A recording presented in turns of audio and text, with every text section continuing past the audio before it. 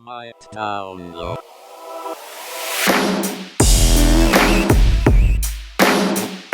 I mean, we got this matchup with the Bucks coming up at Dynamite next week, and I know I'm not alone. I kind of want to see the upset. I really think that from a storyline perspective, the Bucks, if the Bucks they lost their title, and I'm going on a tangent here, fellas, so cut me off if I'm getting too far into this thing. But if the Bucks somehow, if the Good Brothers cost the Bucks that match, you have the perfect that storyline is already very much drama filled. Mm-hmm. And I think that if Santana and Ortiz elevated and Santana Ortiz elevated and they won this match, and then you had that drama with the Inner Circle with, literally MJF and Jericho going against Santana Ortiz. I don't know, man. I think that is some compelling stuff. Sure. And it would have me hooked. I mean, we always talk about those breadcrumbs, brother. They'd be throwing whole loaves of bread at me, man. I'd be chomping it up. Mike, are you ready for Inner Circle to be done then? Because I think that if once you have that go down, they're done, And I don't know if that's too quick. You know what I mean? I don't know. Because that's then maybe what is the Inner Circle? Then it's gonna be Wardlow and Hager and Jericho and MJF. Would that be the current, or would that be what ends up being the Inner Circle, or are they just going to be something different? Because I mean, I'm all for I'm with you, mine. Random title change, essentially random title change next week on Dynamite. That will send shockwaves through the wrestling universe for sure. It will definitely lead to Revolution being the ultimate culmination and explosion of the Inner Circle. Mm-hmm. So that is obviously, I think a lot of us are on the same page. Would love to see that, And when was the last time really doing much with their title anyways, and they're not necessarily needing it.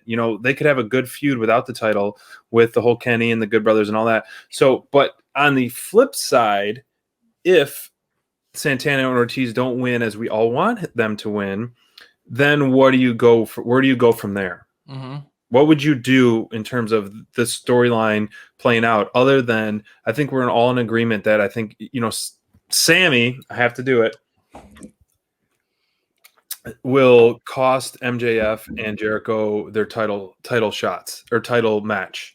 I think we're all, pretty good agreement in that. And I think that makes the best sense, either to hold them off till then, or regardless, which is less than a month, regardless, do it anyways. I mean, here's the thing too, SPD, piggybacking off of what you said, coming up, there's a random title switch, right? Right. When was the last time AEW had something like that? I mean, every time that they've had a championship match or a champion lose the title, it's always been at some kind of build with a big build, right? Sometimes having those kind of swap outs is a nice thing. And the Bucks lose. We just got done talking to Reynolds, and I know that our diehard fans out there, we went into that interview expecting, SPD and I were going into there expecting 20 minutes with Reynolds, and it turned into almost an hour. The dude was just so fascinating to talk to.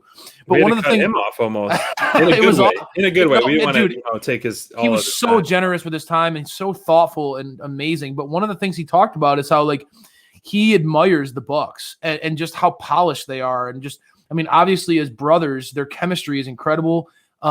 There's no taking any luster off the Bucks, bro. They don't need the belts. And I know that I had some conversations with some Twitter fans out there, and I'd like to hear what our fans think. But there was some if the Bucks lost, would there be critics of that their title reign was uneventful? And I argued back no, man. If it wasn't for the Young Bucks title reign, we wouldn't have seen Top Flight. We wouldn't have seen the Acclaimed. I mean, those two teams really solidified and broke through on this show against the Bucks.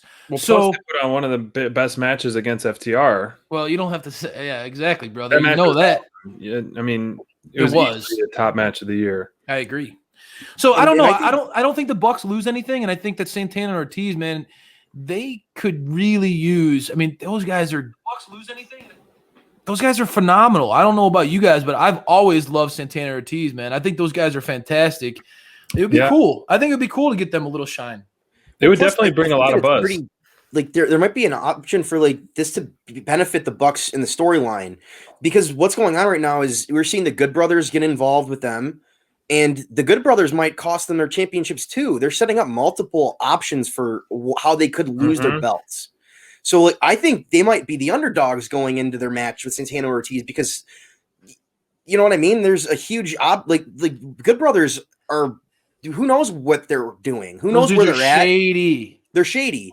Exactly. And they cost them in the Battle Royale. And that might lead into a storyline with them on Impact or on AEW. And it could lead to more stuff with Kenny. So it might fit the storyline better to have them lose their titles than keep them. It might give them more options to have matches with them instead of doing title shots and stuff like that. I don't know. To me, storyline wise, it might make sense for them to have like, okay, they're the good guys now. The Good Brothers betrayed them.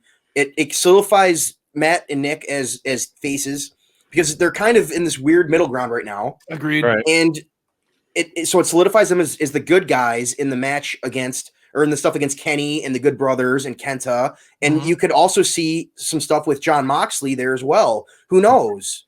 There's a lot of options when you have them lose those titles, more than with titles. True.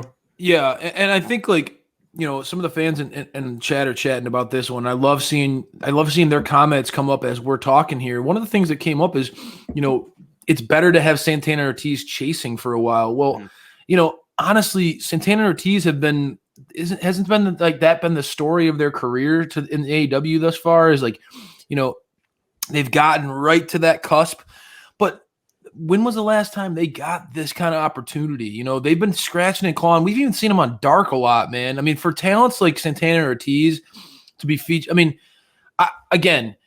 I love what AEW is doing. Do not get me wrong. I love what they're doing, featuring a lot of young teams, a lot of talents that we, don't necessarily see a ton, but they have a bankable commodity in Santana Ortiz, a proven commodity that we've seen in Impact. We've seen what those guys can do, man. Those guys are entertaining as it gets.